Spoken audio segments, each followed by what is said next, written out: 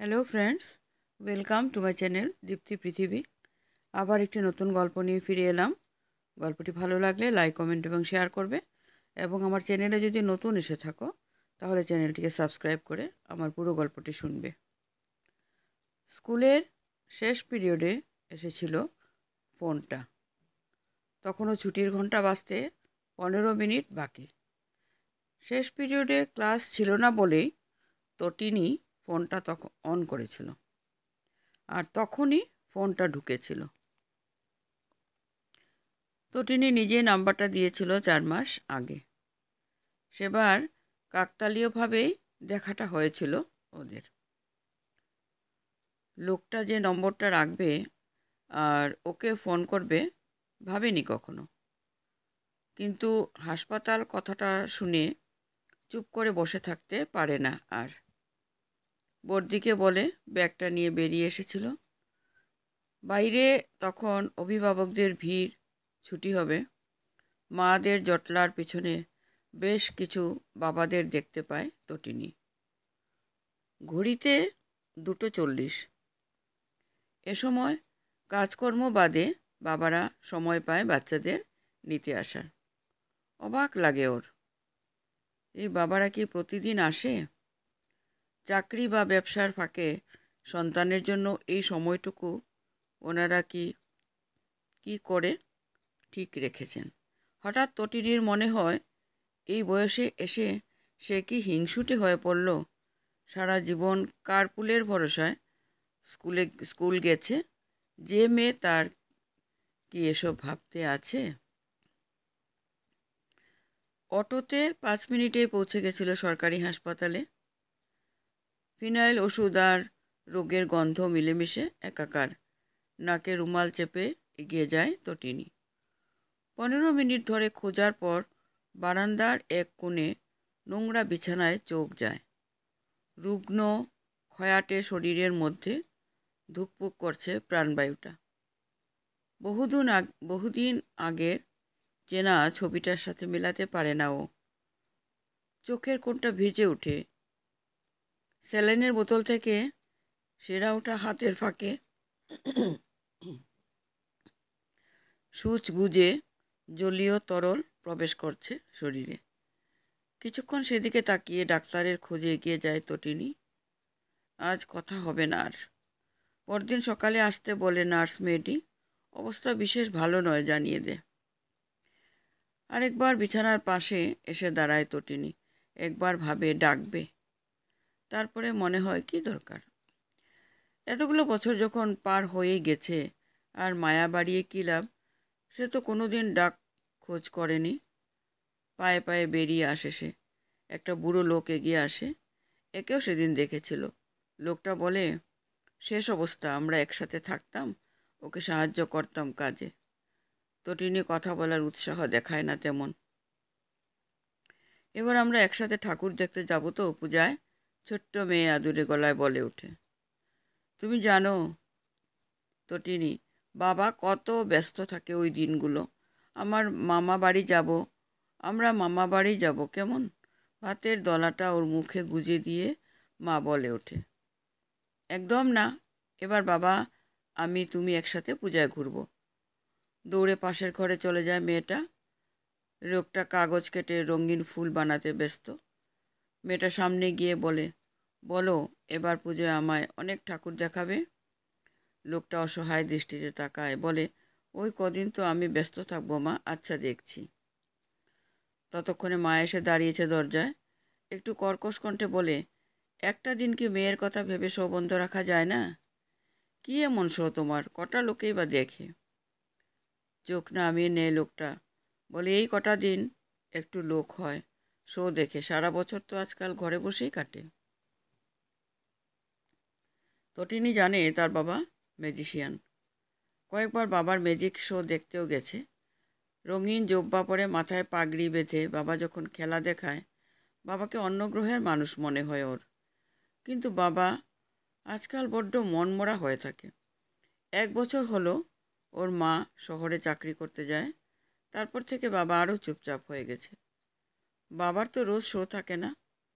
তখন বাবা তটিনীকে পড়ায়, গল্প করে। ইদানিং মাকে সাহায্য করার জন্য বাবা বাসন ধুয়ে রাখে, সবজি কেটে রাখে, কখনো রান্নাও বসিয়ে দেয়। ছোট্ট তটিনী ভাবে তার ম্যাজিশিয়ান বাবা ম্যাজিক করেই তো কাজগুলো করতে পারে। ম্যাজিক করে মিষ্টি, চকলেট বা ডিম সেদ্ধ কতবার এনেছে ওর বাবা। তটিনী খেয়েও দেখেছে, একদম আসল। তাহলে এভাবে রান্না করে কেন? রাতে বাবা মায়ের ঝগড়ায় ঘুম ভেঙে গেছিল তটিনীর। মা কেঁদে কেঁদে বলছিল, ভালো স্টুডেন্ট ছিলে, পড়াটাও শেষ করলে না, চাকরিও করলে না, মেয়ে বড় হচ্ছে, খরচ বাড়ছে, কতদিন চলবে এভাবে? চাকরি আমার ভালো লাগে না, আমি নিজের মতো করে বাঁচতে চেয়েছিলাম মেধা। বাবার গলা ভেসে আসে। মেধা তটিনীর মা। সেই চেষ্টা তো করলে এতদিন, কি হলো? আজকাল ম্যাজিক কেউ দেখেই না। আমি দাদার সাথে কথা বলছি, তুমি ওর সাথে দেখা করো, মা আস্তে আস্তে বলে।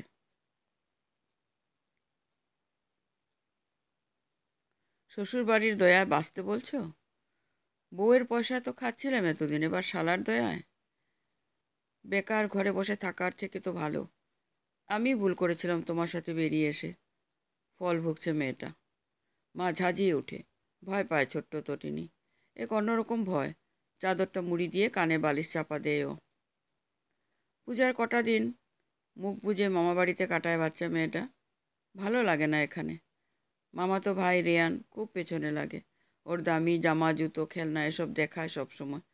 মামি ভালো কিছু খেতে দিয়েই বলে, খেয়ে নে তটিনী, ওখানে তো এসব পাবি না, তোর বাবা তো কিছুই দেয় না তোদের। আর মা শুনেও এসব শোনে না, দেখেও দেখে না। তটিনীর মনে হয় এ ছুটে সে নিজের বাড়ি চলে যেতে পারতো। এমন কোনো ম্যাজিক যদি বাবার থেকে শিখে নিতে পারতো, যাতে সব বদলে ফেলা যায়, ভালো হতো খুব। বাবা মায়ের ঝগড়া বাড়তে বাড়তে একদিন মা ওকে নিয়ে বেরিয়ে এসেছিল। ছোট্ট একটা বাড়ি ভাড়া নিয়ে মা একাই থাকতে শুরু করলো। বাবা আসেনি, তটিনীর জন্যও আসেনি। দুবেলার দুবার স্কুলে এসেছিল ওকে দেখতে। শেষবার তটিনী বলেছিল, বাবা তুমি ম্যাজিক করে অনেক টাকা আনতে পারো না, তাহলেই আমরা একসাথে থাকতে পারবো। ছোট্ট মেয়েটাও কোনো জাদুমন্ত্রে বুঝতে শিখে গেছিল টাকাই সব অশান্তির মূল, আবার টাকাই শান্তি ফেরাতে পারে। কিন্তু এরপর লোকটা স্কুলেও আর আসেনি কখন। মা ওকে বুঝিয়েছিল লোকটা দায়িত্ব নিতে ভয় পায়, কাপুরুষ, ভীতু, যে বউ বাচ্চাকে ছেড়ে পালিয়ে বেড়ায়। বড় হওয়ার সাথে সাথে তটিনীর মাথায় মায়ের কথাগুলো ঢুকে গেছিল ধীরে ধীরে। ছোটবেলায় ওর বাবা ম্যাজিশিয়ান, এটা ছিল ওর গর্ব। বড় হতে হতে বুঝেছিল এটা আসলে লজ্জার।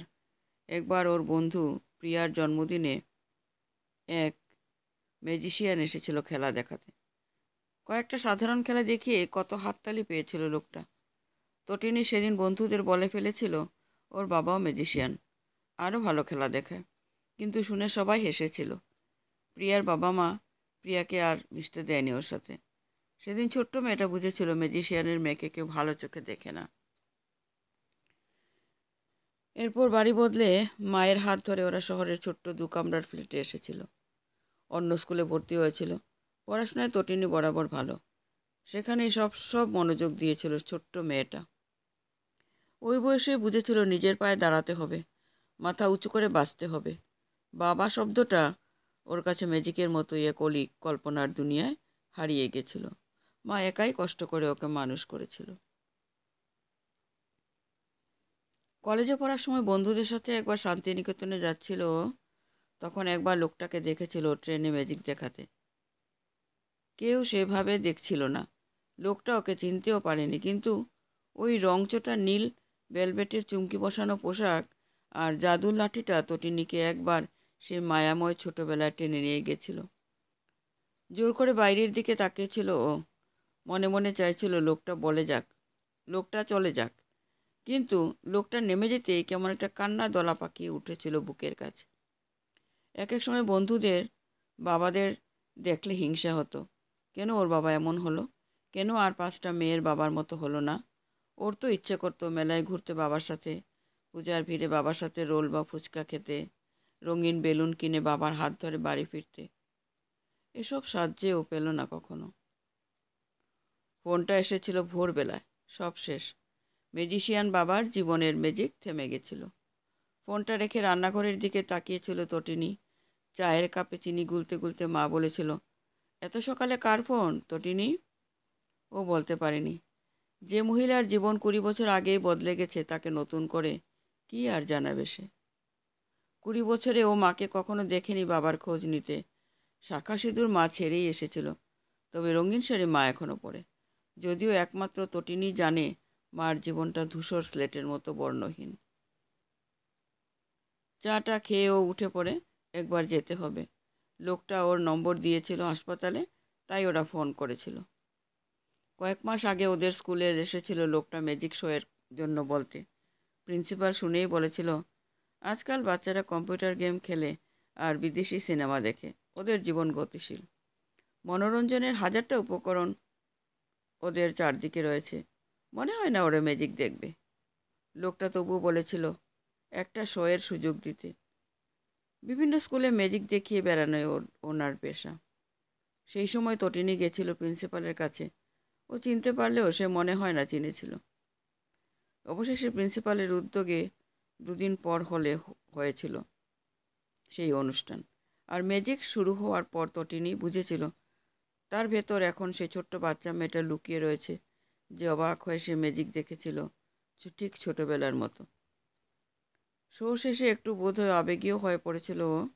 লোকটার সামনেই প্রিন্সিপাল যখন তাকে তটিনী বলে ডেকেছিল, লোকটা চমকে তাকিয়েছিল ওর দিকে।